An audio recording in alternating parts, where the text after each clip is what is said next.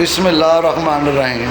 जी राई दोस्तों की हाल जे ठीक हो खैरियत है। बड़े अफसोस की गल है कि जेड़े साढ़े अंदर मौजूद गंदे लोग बद करदार जिन्हां दी वजह तो अब बाहर के दूसरे लोग राइयां ते गलत बोलते हैं, इन्हां लोगों की जरूरत नहीं पैंदी कि ये लोग किसी को किसी की कमेंट का भी जवाब दे दें। आपस एक दूसरे में बड़ा पैणगे, आपस तनकीद इंदी करनगे, एक दूसरे के खिलाफ पलानगा करनगे भी पता नहीं इन्हां दी किड्डी क वड्डी दावत है।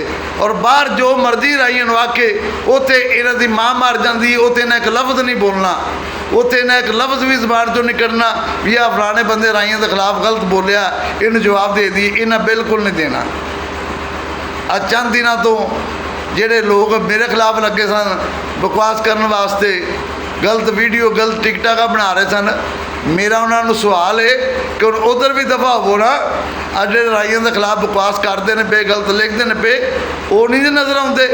उधर तुहाडी अखां बंद ने कि तुहाडी अखां टुट गईयां ने। हुण अज एक किसी जगीरदार का पुत्र सनौला है, सनौला साहब नूं किन्ने दिन हो गए ने ये बड़ा गलत ते बहुत गलीज जबान इस्तेमाल करता पाया राइयां दे बारे ते।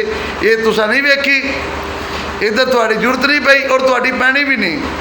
तुहाडी जरूरत हिम्मत इस तो नहीं पैनी कि असीं बाहर किसी नाल करांगे, साडे ते परचा भी हो जाएगा, साडी दुश्मनी भी पै जाएगी, उत्ते तुहाडा लत्तां भार नहीं चुकदियां।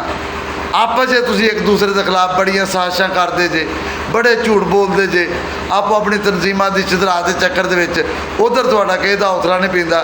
हाँ सनौला साहब, पहले नंबर पर मैं तेनों एक गल वाज़ा करके दस दियां कि तेरी तरबीयत जिस किसी भी की है ना, उन्हें तेरी इंतहा तो घटिया तेरी तरबीयत की। अगर तेरी तरबीयत अच्छी होंदी ना, तू कतन भी इस तरह की गलीज जबान इस्तेमाल ना करदा। अगर तेनों किसी राई तो तकलीफ सी तो उस राई का नाम लेना सी। तू पूरे राइयां नू पेश नहीं सी करनी, तू पूरे राइयां नू धक्के तो नहीं सन देनी।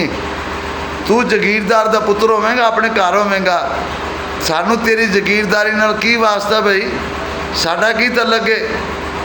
अल्लाह तेनू होर ज़्यादा दवे। और दूसरा जिहड़ा तू आना भी राइयां ने जमीनां जिवें अंग्रेज़ों तो लईआं ने, मैं तेनों एक गल दस दियां, जिमीदारा अलहमदुलिल्लाह ये शुरू ही राइयां तो होया। इसकी तरीक जाके पढ़ या किसी बंदे तो पुछ लवी, तेनों फिर दसणगे कि जिमीदारा शुरू किन्ने कीता सी, ये राई कौम ने शुरू कीता सी।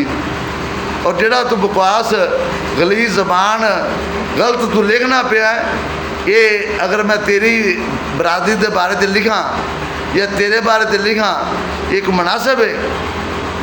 जे तेनों किसी राई तो इख्तलाफात सी, तू उस बंदे का नाम लैना सी, जिमें मैं तेरा नाम लैन दियाँ। तू पूरी बरादरी नूं हिट नहीं सी करनी। अलहमदुलिल्लाह राई कौम शुरू तो जिम्मेदार भी ने। और दूसरा तेन एक होर गल दस दियाँ, जेड़े साडे राई इंडिया तो माइग्रेट हो गए ने, सब तो ज़्यादा नुकसान उन्होंने उठाया। जे किसी की 5 मरबे जमीन सी ना, उन्होंने इत्थे आके मरबा लभ्या, 15 किले लभे ने, 10 किले लभे ने। असी फिर भी फख्र करने कि साढ़े बजुर्गों ने, साड़ी कौम ने पाकिस्तान बनाने से अपना किरदार अदा किया है। सानू जमीनों की कोई टेंशन नहीं, भावें असीं छोटे मालक हैं या वड्डे मालक हाँ, अलहमदुलिल्लाह असीं मालक हाँ। साडा नाम जिमीदारे तो वजदा है। ये तरीक है राइयां दी। पर जिमें दी तू गंदी हरकत पे करना है, तेरी हरकत दसदी पई है कि तू किसी घटिया खानदान नाल तेरा तलक है। तो और तू, मैं तेरी बरादरी नहीं आखांगा, क्योंकि बरादरी हर बरादरी अच्छे बुरे लोग होंदे ने, हर बरादरी अच्छे बुरे लोग होंदे ने, बरादरी का गनाह नहीं होंदा। हुण साडे अंदर भी कुछ लोग अच्छे ने, कुछ बुरे ने, कोई गलत लिखते हैं। ये बरादरी तो मैं किसी ते गल नहीं करांगा, तेरे नां ते गल करांगा कि तेरे जम्मण दे विच जिन्हें जम्मिया सी ना, अगर वो ये वेख लैन पढ़ लैन ना, उन्होंने भी शर्मिंदगी जरूर होगी भी असीं किवें दा गंदा जम्मिया है। जे उन्होंने पता होंदा ना भी तू इवें दा गंदा है, तो हो सकता तेनों छिले जी मार छड़दे घुट के, तेनों छिले जी मार छड़दे। तू नीरा उन्होंने वास्ते शर्मिंदगी है, तू उन्होंने वास्ते शर्मिंदगी है। जे तेनों राई तो तकलीफ सी, तू सीधा राई नूं ललकारदा, उस राई का नाम लैंदा, तू पूरे राइयां नूं पेश नहीं सी करनी। और ये तेनों वारनगे कि अगर सनौला तू दोबारा अराइयां के खिलाफ बोलिया, गलत कमेंट्स लिखे, गलत पोस्ट लिखी, फिर मैं तेन इंज दा जवाब देंगा, फिर तेरी उम्र का भी लिहाज नहीं कराँगा, तेरा भी लिहाज नहीं कराँगा, फिर तेरियां आने वाली नस्लां भी याद रखणगियां कि सानू कोई टकरिया सी, किसी राही सानू जवाब दिता सी। ये गल जिन च पा लवें। पाकिस्तान जिंदाबाद, अराई कौम जिंदाबाद।